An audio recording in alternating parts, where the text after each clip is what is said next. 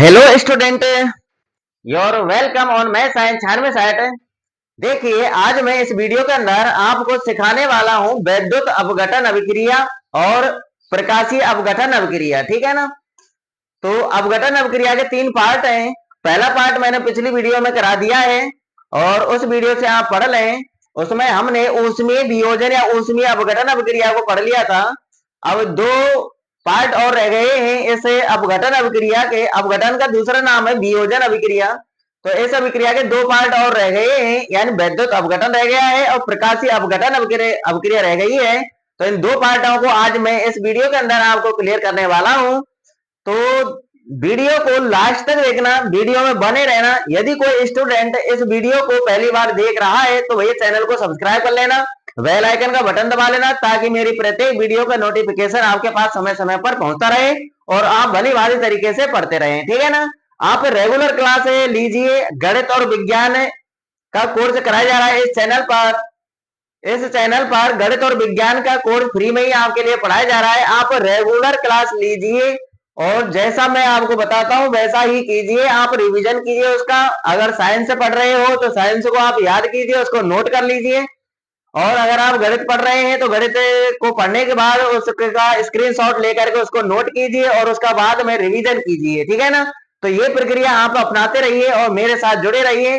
तो आपके गणित और विज्ञान में 100 में से 100 नंबर लाने से आपको कोई भी नहीं रोक सकता, ये मैं गारंटी के तहत कह सकता हूं। ठीक है ना। तो बने रहिए वीडियो में, लास्ट तक देखना वीडियो को। चलिए वीडियो को स्टार्ट करते हैं।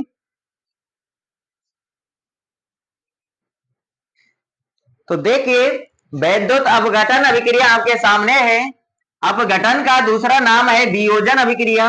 तो देखिए, वैद्युत अपघटन बोल लो या वैद्युत वियोजन अभिक्रिया बोल लो, एक ही बात है। दोनों नामों से आप परिचित होने चाहिए। तो देखिए, वैद्युत अपघटन अभिक्रिया किसे कहते हैं? ऐसी अभिक्रिया जिसमें एकल अभिकारक, अभिकारक उसे कहते हैं जो अभिक्रिया में भाग लेता है। ठीक है ना। तो ऐसी अभिक्रिया जिसमें एकल अभिकारक विद्युत के द्वारा टूटकर 2 या 2 से अधिक उत्पाद का निर्माण करता है, उसे वैद्युत अपघटन अभिक्रिया कहते हैं। ठीक है ना। यानी एकल अभिकारक होता है।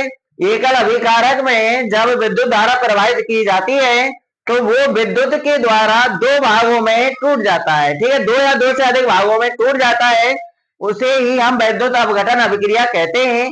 उसे ही हम वैद्युत वियोजन अभिक्रिया कहते हैं। ठीक है ना। जैसे में देखिए, अगर जल में, ये आपका जल का अणु सूत्र है, ये आपका लिक्विड अवस्था में होगा। अगर जल में विद्युत धारा प्रवाहित की जाए, क्या किया जाए भैया? जल में विद्युत धारा प्रवाहित की जाए तो ये जो जल का जो अणुसूत्र है ये 2 भागों में टूट जाता है। यानी हाइड्रोजन गैस प्राप्त होगी आपको और ऑक्सीजन गैस भी प्राप्त होगी। ठीक है ना। तो देखिए, इधर देखिए, एकल अभिकारक है आपका H2O। जब इसमें विद्युत धारा प्रवाहित की जाती है तो ये 2 भागों में टूट जाता है, हाइड्रोजन गैस में और ऑक्सीजन गैस में। आगे होगा समझ में।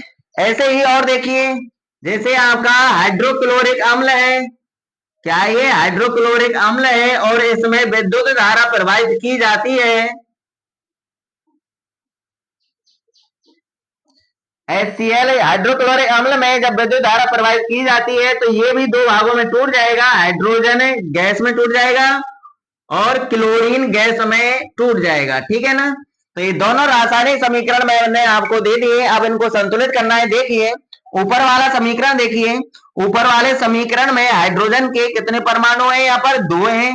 इधर कितने हैं? 2 हैं। सही है, हाइड्रोजन की तो संख्या दोनों तरफ सही है। अभिकारकों में और उत्पादों में दोनों तरफ की संख्या समान होनी चाहिए। और देखिए ऑक्सीजन के, देखिए ऑक्सीजन के इधर कितने परमाणु हैं? 1 है और इधर कितने हैं? 2। तो इस 1 को 2 करना होगा। तो 2 कैसे होगा? हमको आगे गुणा कर देना है 2 का। ठीक है। तो ऑक्सीजन की परमाणुओं की संख्या दोनों तरफ समान हो चुकी है, परंतु हाइड्रोजन की परमाणु संख्या बराबर नहीं है। ठीक है ना। तो इधर देखिए, हाइड्रोजन के परमाणु संख्या देखिए, 2 गुणा 2 कीजिए, 2 2 ना 4 है और इधर कितने हैं? 2 है। तो 2 को 4 करना है, कैसे होगा? 2 हम आगे लगा देंगे। ठीक है ना। तो ऊपर वाली अभिक्रिया आपके संतुलित है। इस प्रकार से हम अभिक्रियाओं को संतुलित कर लेते हैं। अगर किसी ने मेरी पिछली वीडियो नहीं देखी है तो भैया पिछली वीडियो को देख लेना, आप वहां से सब कुछ समझ जाएंगे, अभिक्रिया को संतुलित करना समझ जाएंगे, ठीक है ना। अब नीचे वाला समीकरण देखिए, इधर हाइड्रोजन के कितने परमाणु हैं, इधर एक है और इधर कितने हैं, दो। तो इधर भी, इधर हाइड्रोजन के दो परमाणु है तो इधर भी दो होने चाहिए। दो कैसे होंगे, जब हम इसके आगे दो का गुणा कर देंगे। तो हाइड्रोजन के परमाणु संख्या समान हो गई। अब क्लोरीन के परमाणु संख्या देखिए, क्लोरीन के परमाणु संख्या कितनी है, इधर दो और इधर कितनी है, दो। तो ये अभिक्रिया आपकी ये संतुलित है। तो ये आपकी वैद्युत अपघटन अभिक्रिया कंप्लीट होती है, याद कर लेना, ठीक है ना। ऐसी अभिक्रिया जिसमें एकल अभिकारक विद्युत के द्वारा टूटता है और वो टूटकर दो या दो से अधिक उत्पाद का निर्माण करता है, उसे ही हम वैद्युत अपघटन अभिक्रिया कहते हैं, ठीक है। तो ये आपके रासायनिक समीकरण के उदाहरण हो गए। H2O यानी जल में जब विद्युत धारा प्रवाहित की जाती है तो हाइड्रोजन गैस और ऑक्सीजन गैस में विभाजित हो जाता है, टूट जाता है। ऐसे ही हम हाइड्रोक्लोरिक अम्ल में जब विद्युत धारा प्रवाहित करते हैं तो ये भी हाइड्रोजन गैस और क्लोरीन गैस में टूट जाता है, ठीक है ना। तो इसका स्क्रीनशॉट ले लीजिए फटाफट, और इसका जो क्रियाकलाप है उस क्रियाकलाप को कराऊंगा मैं अभी आपको। देखिए अब आपको जल का वैद्युत अपघटन का नामांकित चित्र बनाना सीखना है, ठीक है। तो देखिए यहाँ पर मैं जल का वैद्युत अपघटन का नामांकित चित्र बना रहा हूं, जिस प्रकार से मैं बना रहा हूं उसी प्रकार से आपको बनाने का प्रयास करना है। तो देखिए साइंस में नंबर कम आने का मेन कारण यही होता है कि एग्जाम में तो चित्र आते हैं और स्टूडेंट चित्र बनाने की प्रैक्टिस नहीं करते हैं। अब इस सिलेबस में जो आपकी बोर्ड की एग्जाम होती है सिलेबस से, तो उसमें बहुत सारे चित्र बनवाता है, तो चित्र स्टूडेंट बना करके नहीं आते हैं, इसलिए उनके नंबर कम आते हैं। तो आपको उसी हिसाब से तैयारी करके चलनी है ताकि बोर्ड के एग्जाम में आपका एक भी नंबर नहीं कटे, ठीक है ना। तो आप से चित्र बनाना आना चाहिए। तो देखिए जल का वैद्युत अपघटन का नामांकित चित्र कैसे बनाना है आपको। तो देखिए सबसे पहले आपको एक मग बनाना है, जो प्लास्टिक का मग देखा है आपने, सभी जानते हैं, सभी के घरों में प्लास्टिक का मग मिल जाता है नहाने वाला। तो इस प्रकार से आपको एक मग बना लेना है।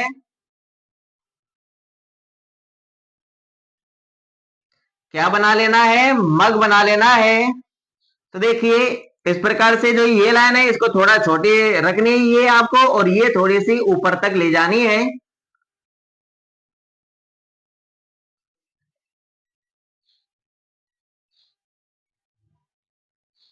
तो देखिए इस प्रकार से आपको मिला देना है जिस प्रकार से मैंने मिलाया है, ठीक है ना। तो आपने ये मग देखा होगा, ऐसा सभी के घरों में मिल जाता है। तो ये एक प्लास्टिक का मग लेना है, ठीक है ना।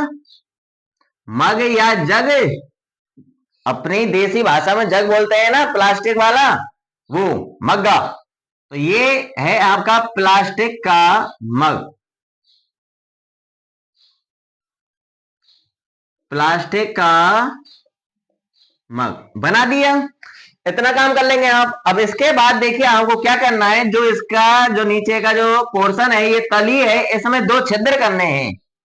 इसमें क्या करने हैं, दो छिद्र करने हैं, ठीक है। अब इन छिद्रों में जो रबड़ होती है, रबड़ की डाट लगानी है। क्या लगानी है भैया, रबड़ की डाट लगानी है। तो इस प्रकार से आपको रबड़ की डाट लगा देनी है, ठीक है ना। दोनों तरफ क्या लगा देनी है, रबड़ की डाट लगा देनी है। देख लेना मैं किस हिसाब से बना रहा हूं, उसी हिसाब से आपको भी बनाना है, ठीक है। रबड़ की डाट लगा देंगे। अब आपको क्या करना है, इसमें दो कार्बन के इलेक्ट्रोड बनाने हैं। क्या बनाने हैं, कार्बन के इलेक्ट्रोड। तो देखिए कार्बन के इलेक्ट्रोड किस प्रकार से बनाने हैं आपको।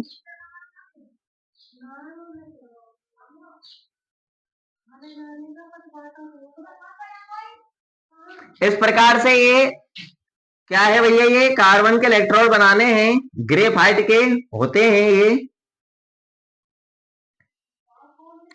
इस प्रकार से बना देंगे, ठीक है ना। अब इनका नामकरण भी कर देते हैं साथ में। तो ये क्या है भैया, ये रबड़ की डाट है, तो यहां पर लिख देंगे हमें रबड़ डाट, ठीक है। और ये क्या है, ग्रेफाइट की क्षण है, ये ग्रेफाइट के इलेक्ट्रोड हैं। तो यहां पर लिख देंगे अपन ग्रेफाइट के इलेक्ट्रोड। क्या है, ग्रेफाइट के इलेक्ट्रोड। ठीक है।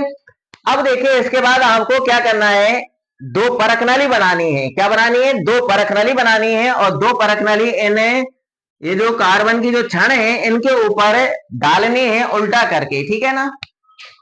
तो देखिए इनके ऊपर इस प्रकार से आपको परख नली बना लेनी है।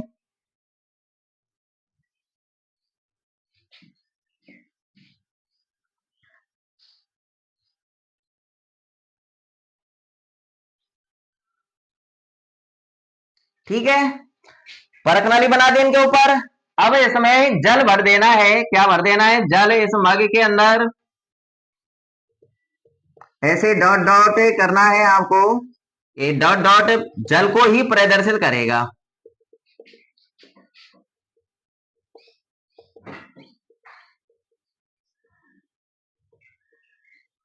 ध्यान से देखते जाना, ध्यान इधर ही होना चाहिए। इनका भी नामकरण कर देते हैं। क्या है भैया, ये परख नलियां हैं।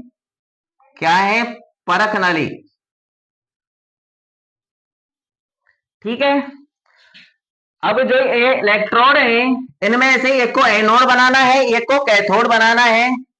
और इन दोनों सिरों को एक बैटरी से जोड़ देना है। किससे जोड़ देना है, एक बैटरी से जोड़ देना है। चलिए इधर एक बैटरी बना देते हैं 6 वोल्ट की। 6 वोल्ट की बैटरी बना दी। और यहां से दो टर्मिनल निकाल देंगे हम। एक टर्मिनल को इससे जोड़ देना है और इसमें एक कुंजी लगा देनी है। कुंजी को अपन के से प्रदर्शित करेंगे और इसको बोलेंगे अपन एनोड। क्या बोलेंगे, एनोड। ठीक है, यहां पर जुड़ जाएगी, इसको अपन एनोड बोल देंगे। जो एनोड जो सिरा होता है वो आपका धनात्मक सिरा होता है। कैसा होता है, धनात्मक सिरा होता है। और इसको अपन इससे इस सिरे से जोड़ देंगे और इस सिरे को अपन बोलेंगे कैथोड। क्या बोलेंगे, कैथोड बोलेंगे। और जो कैथोड सिरा होता है वो आपका ऋणात्मक सिरा होता है। ठीक है ना। तो इस प्रकार से आपको एक चित्र बना लेना है। अब देखिए जो ये परख नली है इनमें भी जल भरना है आपको। पहले जल का अणुसूत्र देख लिए, उसी हिसाब से आप बनाना। तो देखिए यहाँ पर जल का जो अणुसूत्र है इसमें ऑक्सीजन के कितने परमाणु हैं, 1। और हाइड्रोजन के कितने परमाणु हैं, 2। यानी हाइड्रोजन की मात्रा तो दुगनी है और ऑक्सीजन की मात्रा केवल सिंगल है। तो आपको क्या करना है कि जो ये ऑक्सीजन जो परमाणु होता है, ऑक्सीजन का जो परमाणु होता है ये आपका ऋणात्मक होता है और हाइड्रोजन का परमाणु धनात्मक होता है। अब देखिए यहाँ पर एनोड धनात्मक होता है तो धनात्मक पर ऋणात्मक परमाणु जुड़ेगा। तो यानी एनोड पर कौन प्राप्त होगा भैया, ऑक्सीजन प्राप्त होगी। और ऑक्सीजन के कितने परमाणु हैं, 1। और जो कैथोड है, कैथोड आपका ऋणात्मक सिरा है। ऋणात्मक टर्मिनल बोल लो या सिरा बोल लो, ठीक है ना, समझने के लिए। तो जो कैथोड सिरा होता है वो ऋणात्मक होता है तो उस पर धनात्मक परमाणु जुड़ेगा यानी हाइड्रोजन जुड़ेगी। तो हाइड्रोजन तो ऑक्सीजन से दुगनी प्राप्त होगी। ठीक है ना। तो इस परख नली में वो जल भरना है आपको। तो जल उसी हिसाब से भरना है आपको कि ऐसा लगे कि जो ऑक्सीजन की जो मात्रा है वो हाइड्रोजन से आधी है, यानी हाइड्रोजन की मात्रा दुगनी है और ऑक्सीजन की केवल 1 अनुपात में। ठीक है। तो ये देखिए यहाँ पर अपन यहाँ पर प्राप्त होगी क्या, ऑक्सीजन। क्या प्राप्त होगी भैया, O2। और इसमें देखिए इसमें कितनी सी जगह खाली है तो इससे थोड़ा ज्यादा लेना है आपको। इसमें अपन हाइड्रोजन लिखने वाले हैं। क्या लिखने वाले हैं, हाइड्रोजन। ठीक है ना, ये विशेषकर ध्यान रखें। इसमें क्या होगा, इसमें हाइड्रोजन गैस होगी। ठीक है ना। आगे समझ में। तो इस प्रकार से हमको ये चित्र बना लेना है। जल का वैद्युत अपघटन का ये नामांकित चित्र है। ये इसका नामकरण कर दिया है सबका हमने।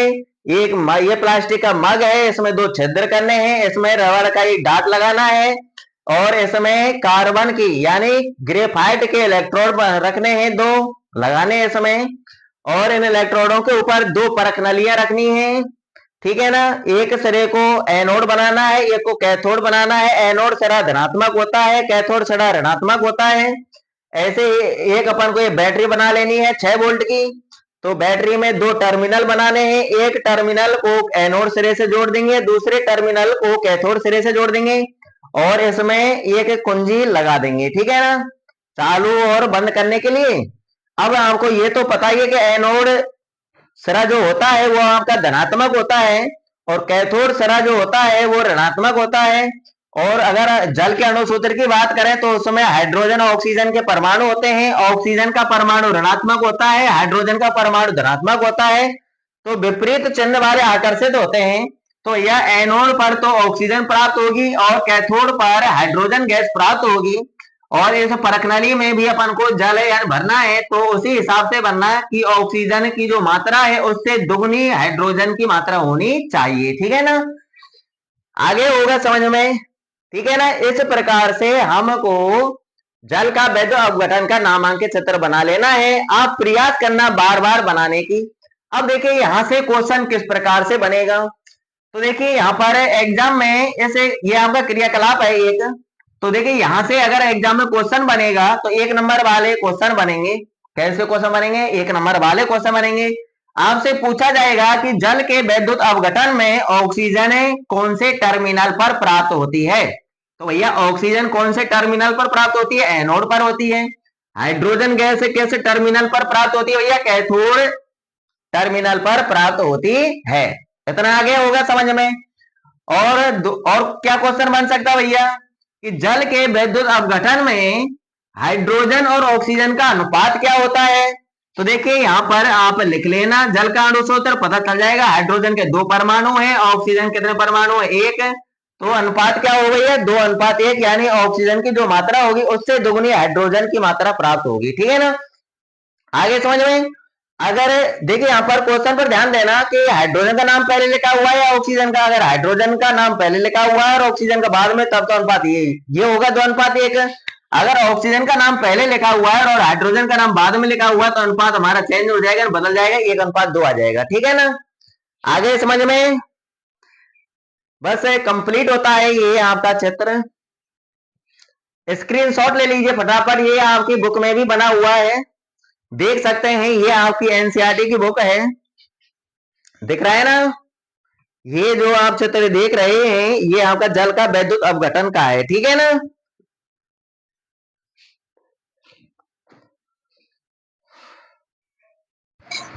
देखिए बोर्ड के एग्जाम में जल के वैद्युत अपघटन से बनने वाले क्वेश्चन मैंने आपके सामने लिख दिए हैं। तो देखिए क्वेश्चन क्या क्या बनेंगे यहाँ पर। तो देखिए पहला क्वेश्चन ये बन सकता है आपका कि जल के वैद्युत अपघटन में किस गैस का आयतन अधिक है। जल के वैद्युत अपघटन में किस गैस का आयतन अधिक है। तो ये तो आपको पता ही होगा कि जल के वैद्युत अपघटन में कौन कौन सी गैस का निर्माण होता है। ऑक्सीजन का निर्माण होता है और हाइड्रोजन गैस का निर्माण होता है। तो देखिए अगर आप कोई याद हो जाए तो अच्छी बात है, याद तो हो जाना ही चाहिए। अगर बाई चांस से आप भूल जाते हैं तो जल के अणु सूत्र को लिख लेना। जल का अणु सूत्र क्या है भैया? H2O। तो इस अणु सूत्र में देखिए हाइड्रोजन और ऑक्सीजन में से किसके परमाणु अधिक हैं। तो आपको नजर आ रहे होंगे कि हाइड्रोजन गैस के परमाणु अधिक हैं। तो भैया जल के वैद्युत अपघटन में हाइड्रोजन गैस का आयतन ही अधिक होगा, ठीक है ना। तो इसका आंसर क्या होगा? हाइड्रोजन गैस होगा इस क्वेश्चन का आंसर।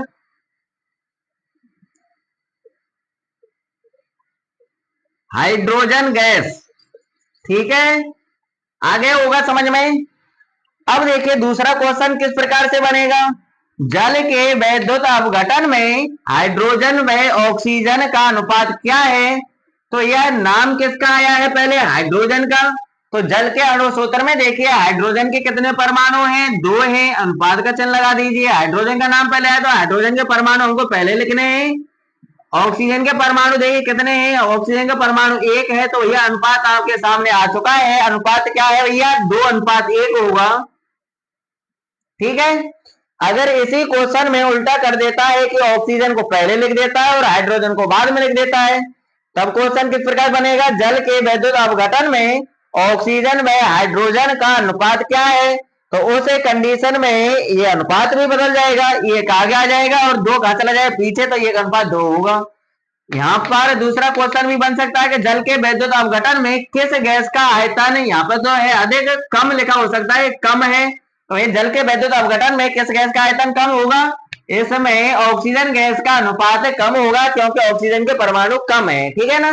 तो इन क्वेश्चनों को आप याद कर लेना, स्क्रीनशॉट ले लीजिए फटाफट। अब हम पढ़ने वाले हैं प्रकाशीय अपघटन अभिक्रिया।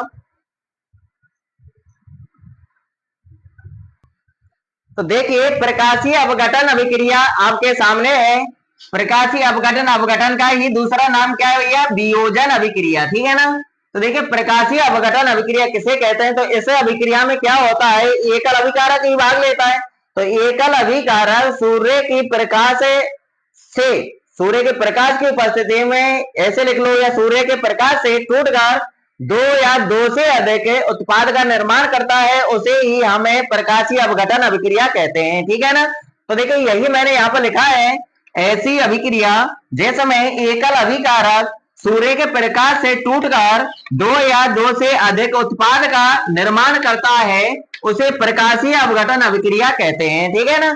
तो आगे होगा समझ में कि अपघटन अभिक्रिया में, तो आपको पता ही है कि एकल अभिकारक भाग लेता है, वो चाहे ऊष्मीय अपघटन अभिक्रिया हो, चाहे वैद्युत अपघटन अभिक्रिया हो, चाहे प्रकाशीय अपघटन अभिक्रिया हो, एकल अभिकारक ही भाग लेगा। तो एकल अभिकारक सूर्य के प्रकाश की उपस्थिति में सूर्य के प्रकाश से टूट जाता है और टूटकर 2 या 2 से अधिक उत्पाद का निर्माण करता है, उसे ही हम प्रकाशीय अपघटन अभिक्रिया कहते हैं। जैसे देखिए यहाँ पर समीकरण लिखने हमको, जैसे हमें सिल्वर क्लोराइड की बात करें, AgCl क्या है भैया? ये सिल्वर क्लोराइड है। तो ये जो सिल्वर क्लोराइड है, ये सूर्य का प्रकाश की उपस्थिति में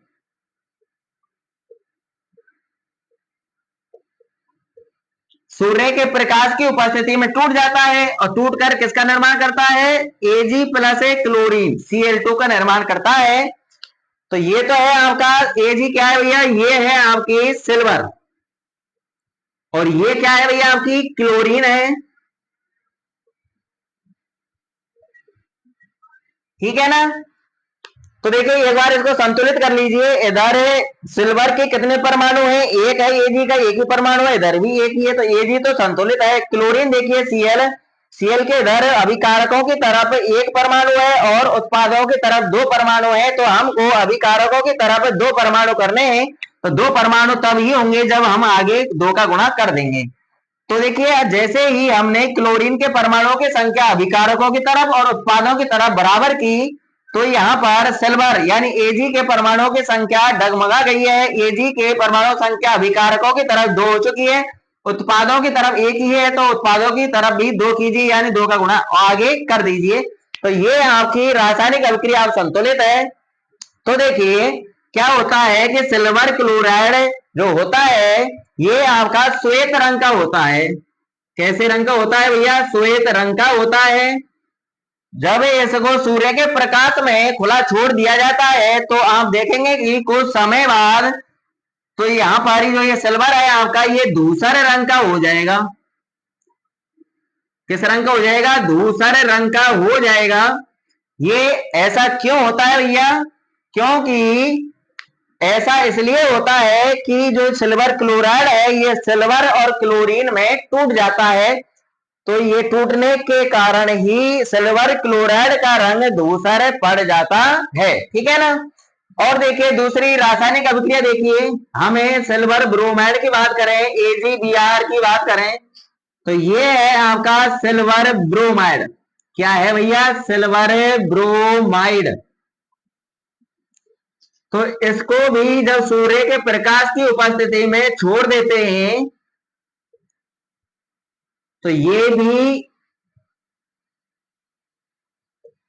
जब इसको सूर्य के प्रकाश की उपस्थिति में छोड़ देते हैं, तो ये सिल्वर ब्रोमाइड भी Ag यानी सिल्वर और ब्रोमीन में टूट जाता है। तो इधर लिख दीजिए सिल्वर, यानी Ag प्लस Br2 में टूट जाता है। Ag क्या है भैया आपका, ये सिल्वर है, और Br2 क्या है भैया आपकी, ये ब्रोमीन है। क्या है भैया, ये ब्रोमीन है। इसको संतुलित कर लीजिए। इधर देखिए Ag के एक परमाणु है, इधर एक है, तो ये तो संतुलित है। Br देखिए, Br के इधर एक परमाणु है, इधर Br के दो परमाणु है, तो अभिकारकों की तरफ एक कम पड़ रहा है, तो दो करने हैं हमको इनको, तो दो का गुणा हम आगे कर देंगे। तो देखिए Br यानी ब्रोमीन की परमाणु संख्या बराबर हो चुकी है, परंतु सिल्वर की परमाणु संख्या बराबर नहीं है। अभिकारकों की तरफ दो हो चुकी है और उत्पादों की तरफ एक ही है, तो उत्पादों की तरफ दो कीजिए, इधर दो का गुणा कर देंगे आगे, ठीक है ना। तो देखिए जो ये आपकी रासायनिक अभिक्रिया है, ये संतुलित तो हो गई। तो ये क्या होता है, सिल्वर ब्रोमाइड को जब सूर्य के प्रकाश की उपस्थिति में खुला छोड़ देते हैं, तो ये भी किसमें टूट जाता है, सिल्वर में और ब्रोमीन में टूट जाता है। तो यही तो एक प्रकाशीय अपघटन अभिक्रिया है।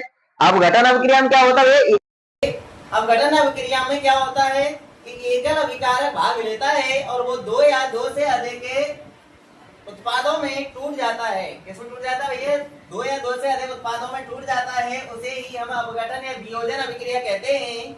आगे होगा समझ में आपकी। मैं एक बात और बता देता हूं मैं कि इस अभिक्रिया का उपयोग श्याम श्वेत फोटोग्राफी में किया जाता है। तो देखिए मैं इधर लिख रहा हूं, आप याद कर लेना, श्याम श्वेत फोटोग्राफी क्या है, फोटोग्राफी में उपयोग, ठीक है ना। तो श्याम श्वेत फोटोग्राफी में उपयोग किया जाता है इस अभिक्रिया का उपयोग। अगर एग्जाम में आपसे ये कहा जाए कि श्याम श्वेत फोटोग्राफी में किसका उपयोग किया जाता है भैया, सिल्वर ब्रोमाइड का उपयोग किया जाता है। किसका प्रयोग किया जाता है, सिल्वर ब्रोमाइड का उपयोग किया जाता है। अगर मान लीजिए सिल्वर ब्रोमाइड नहीं है और वहां पर ब्रोमीन लिखा हुआ है, तो आपका आंसर ब्रोमीन होगा। क्या होगा, ब्रोमीन होगा, ठीक है ना।